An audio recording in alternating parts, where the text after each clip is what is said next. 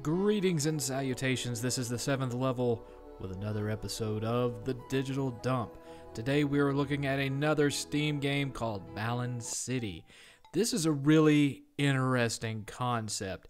It takes a lot of the gameplay of city builders such as SimCity and puts it all on a swiveling platform that basically forces you to build upwards and keep everything balanced and even on both sides of the platform, or your entire city that you've spent so much time and planning putting together is just gonna teeter and slide off the side. That's the basic gist. There's not a whole lot more to it than that, but you know what? There doesn't need to be. If you've played SimCity before, then you have the basic concepts down. You have to build power supplies. You have to have a city hall. Eventually, you have to have a police force. You have to have a school. You have to have places for people to live, and so on and so forth. But you have to do it all within the confines of this little platform that, with just the slightest bit of imbalance, is gonna knock your entire city off into the abyss. It's such a unique idea, and I have a lot of fun with this game because, you know, I've never been much of a puzzle player per se, but I do love a game of Tetris and things of that nature, and it's almost like playing not Tetris per se, but almost like playing Jenga, but a SimCity version of Jenga. Graphics-wise, it reminds me less of the original SimCity and more of the Super Nintendo version of the original SimCity. If you've ever played that one, which is the one that I fell in love with when I was a teenager, I actually played the Super Nintendo version of SimCity before I ever played it on PC. It used a lot more simplified graphics to represent your power plants and all that kind of thing, more as symbols than anything else, and that's what this is like. Obviously, the graphics have to be a little bit toned down as far as complexity goes because of the very format of the game.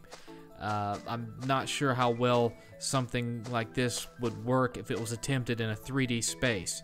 So you have to go with 2D visuals. With that in mind, what they're trying to do, they pull it off nicely. It's a nice looking game for the type of game that it is.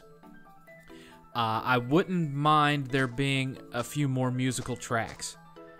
You've heard me say this in other videos before, but if I start to hear the same audio track over and over again, it starts to annoy me and get on my nerves a little bit. And that's what's going on with this game. I mean, what music is there is done really well. I just wish there was a little bit more of it. Once again, this is a PC game, so no real problems with controls. It's point and click, mouse and keyboard. Doesn't get much better than that. Very, very intuitive, and it's easy to pick up and learn. Well, easy to learn, not so easy to master. Another fun aspect about it is that the higher you get in the game, once you break that height bar, it starts to unlock new things that you can build. And then once you implement some of those new things, then that raises the height bar so you can build your city ever higher.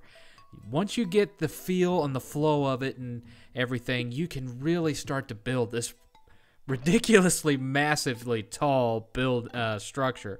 And of course, that just makes it all the more tragic and heartbreaking when you make that one mistake that brings it all toppling down. But there's an addictive quality to it. You want to get back in there and start rebuilding it again and learn from the mistakes you made. And that's what makes it so much fun, is that process of learning what you did wrong and correcting it the next time. It's fantastic.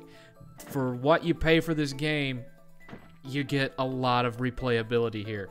There's a real fun factor to it, a real addictiveness to it. I mean, it really reminds me of when I was a teenager and sitting in front of the Super Nintendo and playing the original Sim City on Super Nintendo. It just has that kind of, oh, I'm just going to play it for another hour and then I'm done. Oh, I'm just going to start over one more time and try to get this right. It has that kind of element to it. And again, the only thing that I have a problem with is I just wish that there was a little bit more music to it. There are more than one musical track. It's not that bad off, but I would have liked there to have been more music. Otherwise, I have absolutely no problem with this game. I love it. I had a lot of fun with it. And I'm looking to see what they do with the concept in the future. If this sells well, I'd like to see them expand on it and make it even more robust. So for the time being, Balancity gets a 6 out of 7.